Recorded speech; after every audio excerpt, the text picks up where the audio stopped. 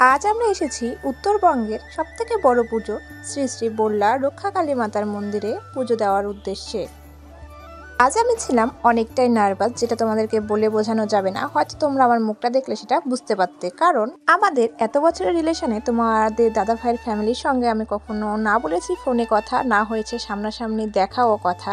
তো আজকের এই দিনে ফার্স্ট আমি তাদের সঙ্গে দেখা করেছিলাম এবং তাদের সঙ্গে একসঙ্গে পুজো দিতে গিয়েছিলাম, যার জন্য আমি ব্লগটা আগে থেকে শুরু করিনি, কারণ আমি প্রথমেই বললাম ছিলাম অনেকটা নার্ভাস। সেজন্য হাতের উপর হাত দিয়ে বারবার ঘষাঘষি করছিলাম, আর নার্ভাস হলে এটা আমি করেই থাকি।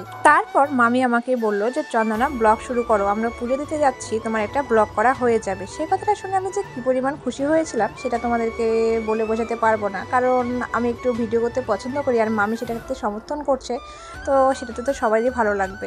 আর তখন তোমাদের দাদা ভাই ব্লগটা শুরু করেছে। তোমরা যেহেতু আমার আগের অনেক ব্লগ দেখেছো, তার জন্য তোমাদের কাছে এই ব্লগটা সেরকম কিছু না মনে হলেও এই ব্লগটা আমার কাছে অনেকটাই স্পেশাল, এবং সেদিন আমি ছিলাম অনেকটাই নার্ভাস। সেদিনের যে ফিলিংসটা বা নার্ভাসনেসটা সেটা হয়তো আমি তোমাদেরকে বলে বোঝাতে পারবো না। এটা ছিল দুর্গাপূজার কয়েকদিনের আগের ব্লগ। যেহেতু দুর্গাপূজার ব্লগগুলো দিতে আমার অনেকটা লেট হয়ে যাবে, তার জন্য সেই ব্লগগুলো তোমাদের সঙ্গে শেয়ার করেছি। এই ব্লগগুলো তোমাদের সঙ্গে শেয়ার করা হয়নি, যার জন্য এখন তোমাদের সঙ্গে শেয়ার করছি। তোমাদের সঙ্গে কথা বলতে বলতে ফাইনালি আমরা পৌঁছে গেছি মা কালীর কাছে, আর রাস্তায় হচ্ছিল অনেক বৃষ্টি। এই সমস্ত কিছু উপেক্ষা করে আমরা চলে এসেছি। আর দেখো এখানে কি পরিমাণে ভিড়। এখানে প্রত্যেক শুক্রবারে ঠিক এরকমই ভিড় হয়, এর থেকে বেশি ভিড় হয়, কারণ অন্যান্য বারগুলিতে পুজো হলেও বল্লা মায়ের মেন যে পুজো হয় সেটা হলো শুক্রবারে, আর আজ হলো শুক্রবার, যার জন্য এত পরিমাণে ভিড়।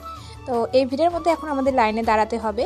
তো আমাদের সমস্ত টিকিট করে নেওয়া কমপ্লিট, তারপর আমরা লাইনে দাঁড়িয়ে পড়েছি। আর এখানে ফার্স্ট পুজোটা হচ্ছে, আর এই যে দেখো কি পরিমাণে লাইন। তো এই লাইনটা পুরো 4 পাক ঘোরার পরে আমরা এখানে এসে পৌঁছেছি। মন্দিরে তোমরা দেখতেই পাচ্ছ কোনো বিগ্রহ বা মূর্তি নেই, কারণ বিগ্রহ বা মূর্তি বিসর্জন দেওয়া হয় তার জন্য।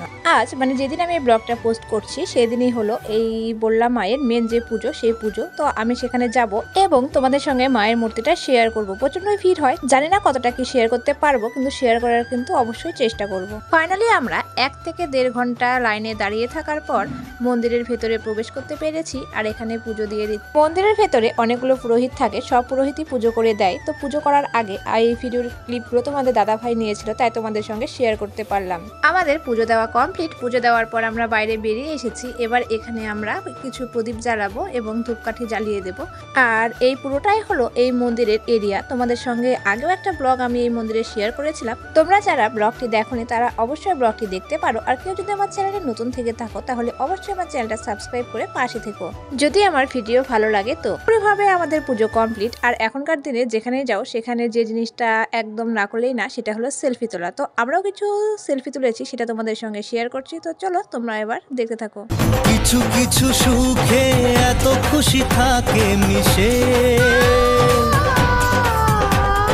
ধরা দেয় অচেনা কাছে এসে ভালোবেসে।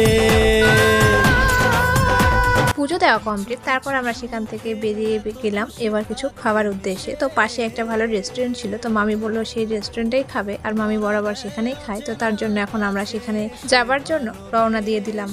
আর আমরা এখানে এসে পৌঁছেও গিয়েছি। আর এই ছিল খাবারের মেনু, এটা ছিল থালি সিস্টেম। এই থালিতে ছিল মোট 12টা আইটেম। তো কি কি আইটেম ছিল এই মুহূর্তে আমার ঠিক মনে পড়ছে না, যার জন্য সেগুলো আমি তোমাদের সঙ্গে নাম শেয়ার করছি না, কিন্তু তোমরা আশা করি দেখে হয়তো বুঝেই যাবে যে কি কি আইটেম ছিল। তো চলো বেশি কথা না বলে এবার ফটাফট খেয়ে নিই, কারণ আমি খাওয়াতে খুব লেজি, আর এতগুলো খাবার আমি শেষ করতেই পারবো না। তো ফাইনালি আমাদের খাওয়া দাওয়া কমপ্লিট। এরপর আমরা রওনা দিয়ে দিলাম বাড়ির পথে। তো চলো আজকের ভিডিওটি আমি এখানেই শেষ করছি। ভিডিওটি তোমাদের কেমন লাগলো সেটা কিন্তু অবশ্যই কমেন্ট করে জানিও সবাই। আর যদি ভিডিওটি ভালো লেগে থাকে তাহলে অবশ্যই লাইক কমেন্ট শেয়ার করে দিও। আর কেউ যদি চ্যানেলে নতুন থেকে থাকো তাহলে অবশ্যই চ্যানেলটা সাবস্ক্রাইব করে পাশে থেকো। Thanks for watching my video. চলো টাটা, বাই বাই, সবাই ভালো থেকো, সুস্থ থেকো। দেখা হচ্ছে নেক্সট ব্লগে অন্য একটি ভিডিওর সঙ্গে।